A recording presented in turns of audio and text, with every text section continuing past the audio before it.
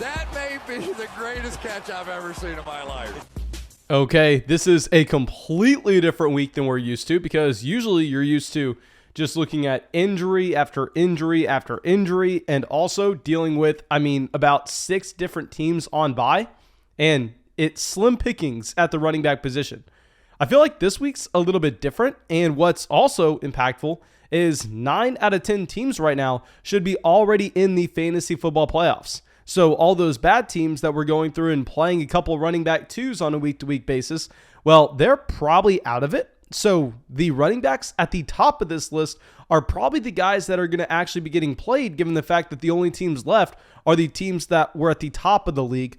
But of course, before we get into it, you know what we have to do? We have to give away some Fantasy Flock Network hats, and our winners for this video are going to be Tyler and Chase. You know, every time you go down there, drop that like, leave a comment, subscribe to the channel. You get entered in to win a free Fantasy Flock Network hat. Please send me that email ASAP so I can get that hat out to you.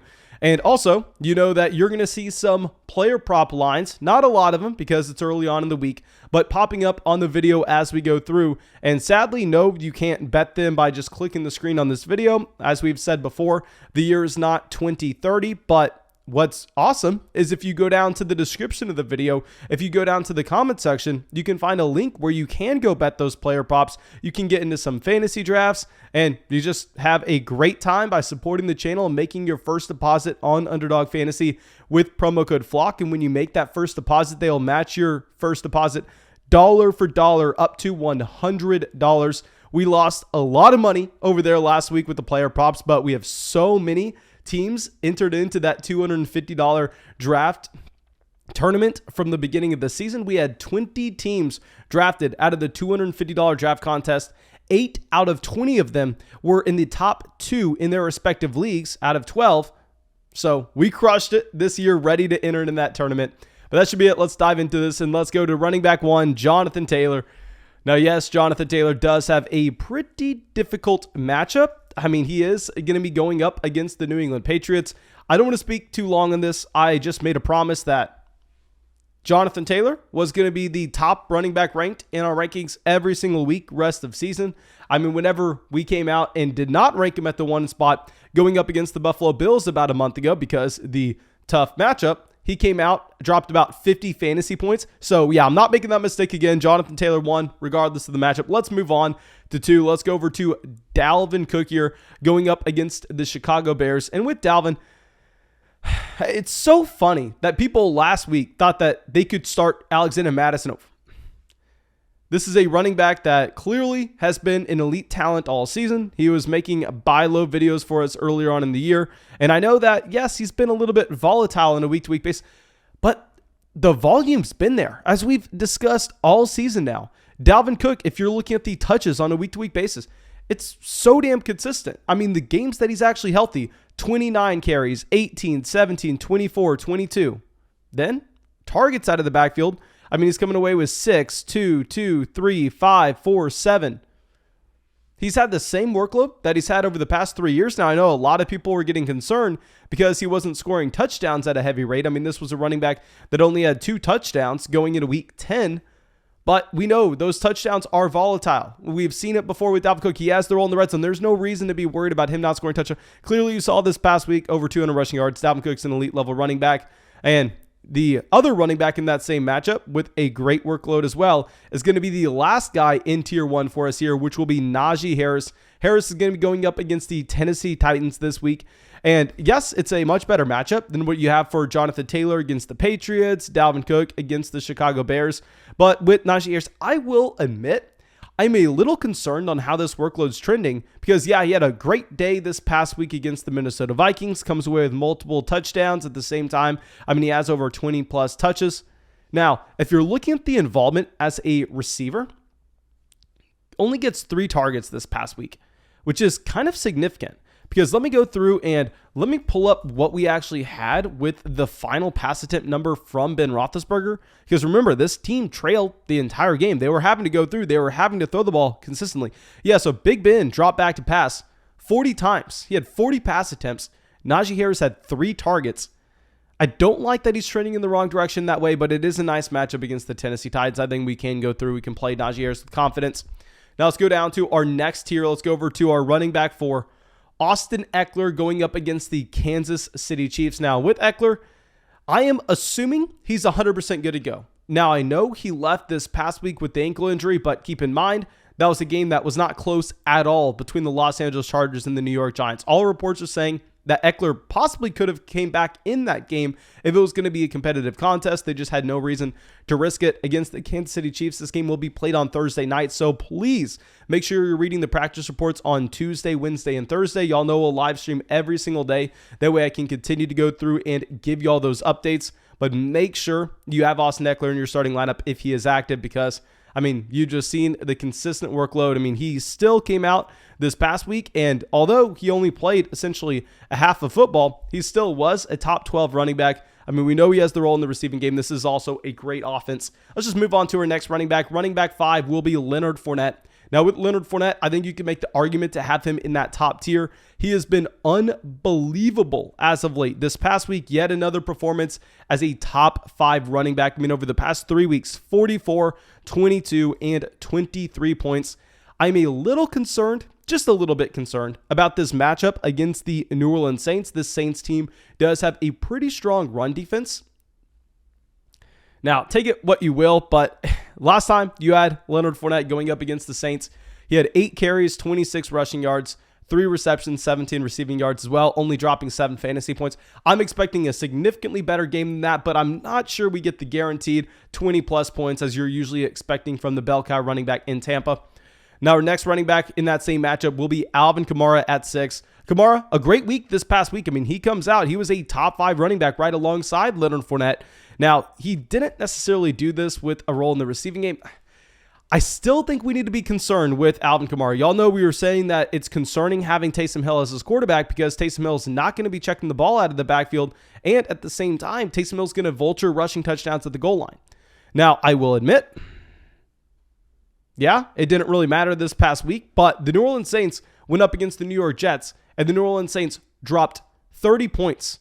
I still think you have to be slightly concerned. You did not have Mark Ingram playing this past week for the Saints, and Taysom Hill, yeah, he only targeted Alvin Kamara 5 times out of the backfield, which is less than the usual 7 to 8 that you get from Kamara, and Taysom Hill vultured 2 rushing touchdowns. So I still think you have to be slightly concerned. I know one of those rushing touchdowns was a long one. I know that's not necessarily vulturing them at the goal line, yada, yada, yada. I think this was more so game script dependent on the fact that New Orleans was able to drop 30 points against the Jets. I don't think Kamara is going to be that productive in games where they instead only score 23.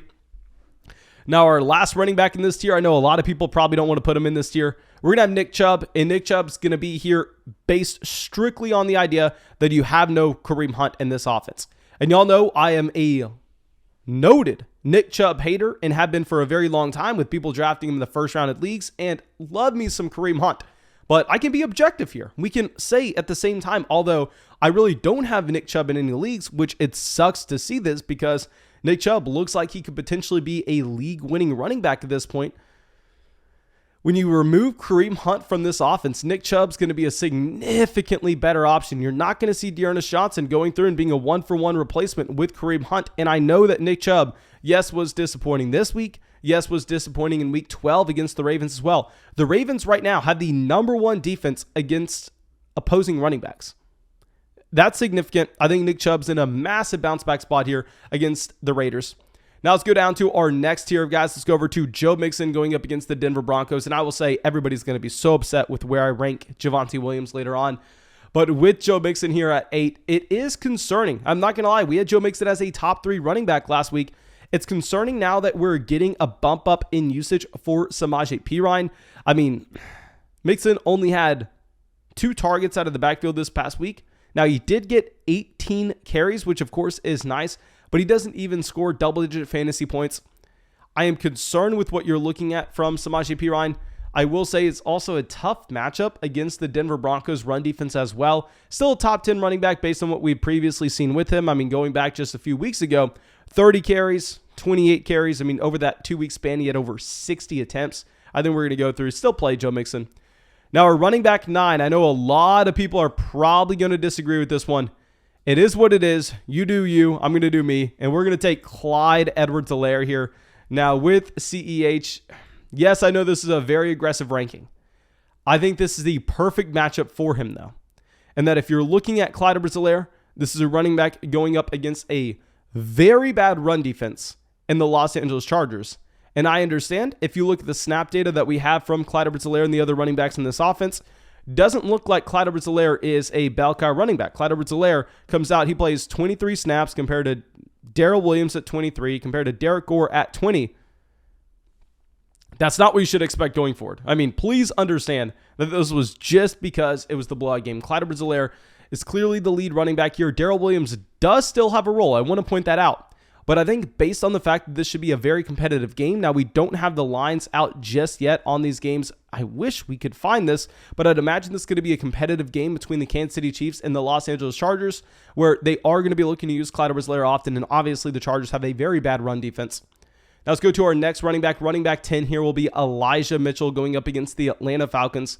With Elijah Mitchell, I mean, great matchup, and you definitely need to continue to go through and monitor him going into, I don't know if they play Saturday or Sunday, but you need to continue to monitor this situation because obviously dealing with the concussion as well as dealing with the knee injury. A little more concerned about the knee injury in terms of his workload this upcoming week. But if he does play, it's going to be a great matchup against the Atlanta Falcons, where we just saw that the Carolina Panthers were actually able to effectively move the ball down the field. Now let's go down to our next tier of guys. Let's go to running back 11, and let's play David Montgomery here. With Montgomery, just getting damn near every single touch out of the backfield. I mean, this past week against the Green Bay Packers, I will be the first person to admit, yes, this offense was way better than we were expecting. I was expecting this to be one of the worst offenses in the NFL for the Chicago Bears, not being able to move the ball down the field against an elite Green Bay Packers defense. David Montgomery, he plays 52 snaps out of 62. Clearly, he is this player going to play damn near every single snap, get every single touch out of this backfield. He drew 7 targets at the same time. This matchup against Minnesota shouldn't be as bad. We just saw Najee Harris be effective for the Pittsburgh Steelers back on last Thursday night. So we will have David Montgomery as the top 12 option. And then our next running back at running back 12 will be Josh Jacobs going up against the Cleveland Browns. Now with Jacobs here, not necessarily a great matchup. And I will say, if you look at the snap data that we have from this past week, Josh Jacobs, clearly that bell cow running back. Now, yes, Peyton Barber. Now, yes, Trey, I don't even know how to say his last name. Never seen that name in my entire life. They draw some targets out of the backfield. This game was out of hand. This game, really, you can take nothing away from it. The final score was 48-9. I think based on what we have seen, Josh Jacobs is going to be the bell cow running back. Based on what we have seen, Josh Jacobs should draw almost every target out of the backfield as well. I mean, comes away with 6 targets yet again, closing in on his career high every single week. I think we're going to be going Josh Jacobs as top 12 running back. And now let's go down a tier of guys. Let's go over to running back 13. This will be Darrell Henderson going up against the Seattle Seahawks. I am recording this right before the game on Monday night. I want to be completely transparent with that. So I'm interested to see what Sony Michel does in this situation. I told so many people to play Sony Michel where. Trust me, I am praying that we get a good Sony Michel game tonight. But nonetheless, with Darrell Henderson, I think that he will still be the lead running back for Los Angeles here. Should be a running back that's 100% healthy this next week going up against the Seattle Seahawks. But definitely another situation that we have to monitor throughout the week. Of course, we'll be live streaming every single night to give those updates to the situation that we have in LA in regarding the health of Darrell Henderson, if he will be off the COVID list, as well as if we have any reports coming out of these coaches about what we are going to have in terms of a split possibly between Sony Michel and Darrell Henderson. And now our next running back will be Saquon Barkley, running back 14. Barkley gets there this past week. Thank God we told so many people to play Saquon Barkley based on the matchup that you had against the Los Angeles Chargers. Very similar how we're telling people to play Clyde Edwards-Helaire this week. I will say, not a great situation. He played 38 snaps. Devontae Booker played 28. I mean, Devontae Booker saw more targets out of the backfield. Now, Saquon Barkley doubled him in carries. Obviously, they're getting Barkley on the field when they're trying to get their running back looks. I am concerned about the fact that you have Devontae Booker with such a large role here, but Saquon Barkley. Now, our next running back 15, will be DAndre Swift. And like we said, recording this on Monday, I'm assuming that DAndre Swift is going to be a player taking it down to probably about Sunday on if he's going to be available or not. I mean, this is a running back that it's completely possible that he gets shut down. Just think about it. There's no reason for the Detroit Lions to go out there and push DAndre Swift. They have him on his rookie contract. Clearly, they've seen enough to be able to plan for the future with DAndre Swift. So I'm a little bit concerned here that he does not play, but I think that if he does, just based on the role in the receiving game in a PPR format, you'd have to play him. And our running back 16 going down another tier here. We're going to have Cordell Patterson going up against the 49ers.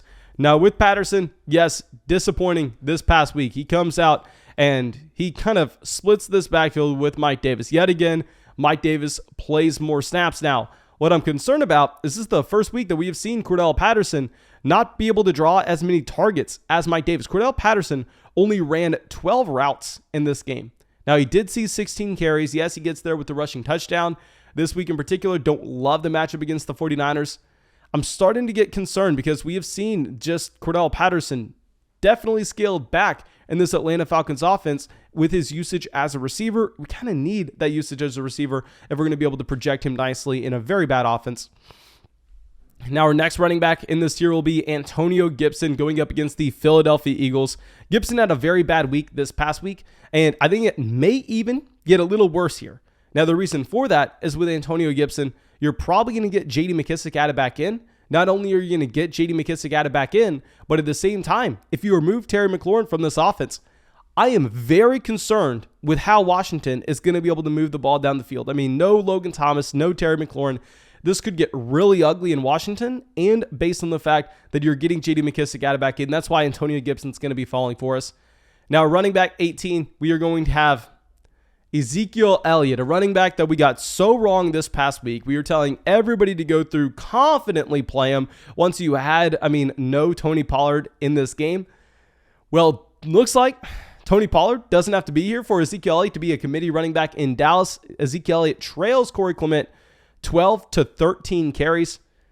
And what's probably even more concerning is you're probably going to get Tony Pollard back this next week. And obviously, Tony Pollard is a significantly more talented running back than Corey Clement. So Clement's already right there splitting this backfield with Ezekiel Elliott. I think you have to be even more concerned about Tony Pollard.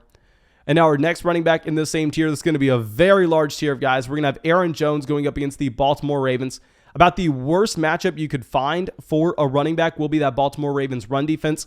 Go along with this, I was wrong with Aaron Jones this past week. We said that he was going to split the backfield 50-50 with A.J. Dillon, but you wanted Aaron Jones because he would get the usage in the red zone, and he would add the touchdown upside, and also he would get the usage as a receiver.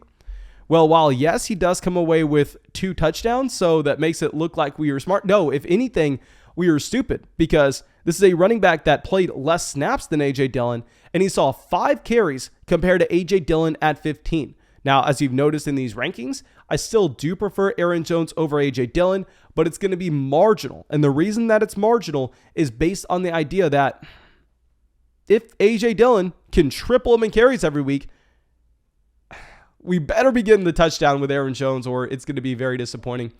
And now our next running back will be James Robinson going up against the Houston Texans. Now with James Robinson, obviously, this looks to be one of the worst offenses in the NFL, if not the worst offense. Now, what's nice, this Houston Texans defense is pretty bad. So the Jacksonville Jaguars will ever be able to move the ball down the field. It should be in this game in particular against a Houston defense that really doesn't have that much talent on it. And to go along with this, keep in mind, in division game, probably a spot that the Jacksonville Jaguars really try to win this. It's just the battle of the 2 pitiful teams of the AFC South. And our last running back in this tier, I know people are going to be screaming at me for this. I get it. I know it's bad for the brand to put him here. Javonte Williams. Now, yes, Javonte Williams crushed it this past week. He comes away as a top 10 running back yet again. And you don't have to yell at me. I get it. Javonte Williams is extremely talented. We've had Javonte Williams on approximately 20 buy low videos this season, and we've had Melvin Gordon on approximately 20 sell high videos this season because we've always believed that Javonte Williams has the 3-down profile, that Javonte Williams would take over at the end of the season, and he would take that role away from Melvin Gordon, and Javonte would be a league winner. Now, with all that being said, I'm concerned. Because while, yes, Javonte Williams comes out and he scores 20 fantasy points in 3 weeks straight, the role hasn't changed much. Looking at Melvin Gordon coming back his first week back from this injury, Melvin Gordon himself plays more snaps. Now, yes, it's damn near 50-50, but plays more snaps. Sees 24 carries compared to Javonte Williams at 15. I want to believe Javonte is that elite level running back. I want to believe that he is that elite level talent. But the thing is, I'm not expecting the Denver Broncos to go out there and score 38 points every single week. That's what you needed for Javonte Williams to come out and be successful with Melvin Gordon getting 24 carries this past week. You needed Javonte Williams with not only the rushing touchdown, but also the receiving touchdown as well. That's not going to be predictable going forward. I will bet any amount of money on the planet that Javonte Williams is not playing in an offense that scores 38 points this next week. So I know we're going to have him low here. I know a lot of people are going to get frustrated with the start-sit questions because everybody watching this video, at least 90% of the people watching this video, it seems like in the live streams, we all have Javonte Williams. Trust me, I want to get excited. We just can't. We can't. We have to be realistic here. Not the best matchup in the world against the Cincinnati Bengals. Now, our last tier running backs, we're going to have Myles Gaskin at 22 leading us off. Great matchup against the Jets. Myles Gaskin should be off the COVID list by the time we get to Sunday. Honestly, when we first made these rankings, I had Myles Gaskin ahead of a few of those other running backs in the top tier. I just think maybe there's an outside chance that coming out the bye week with Myles Gaskin also, coming off the COVID list, that maybe they change some of the workload. I don't know. We're going to have Myles Gaskin at 22. A.J. Dillon will be running back 23 as we've discussed. I think Dillon and Aaron Jones are a lot closer than where we had them this past week, even though, it's kind of funny because if you just look at fantasy points scored, Aaron Jones at the very top, A.J. Dillon way down at the bottom, yet we actually are moving them closer now. I think it's obviously based on the workload, 15 carries compared to 5 carries. I expected that to be closer to 10 and 10. Tough matchup against the Baltimore Ravens. I would look to avoid A.J. Dillon. And of course, thank you so much for being a part of the flock and supporting the channel. Go down there, drop that like, leave a comment letting me know how stupid I am. When you do that, you get entered in and win a free Fantasy Flock Network hat. Go check out some of those player props. Go hop in a draft over there on Underdog Fantasy. Use promo code FLOCK. Get that first deposit matched dollar for dollar up to 100. You can find the link in the description of the video or in the comment section. Thank you so much. Hope you have a great day, and I hope I see you out in the live stream tonight.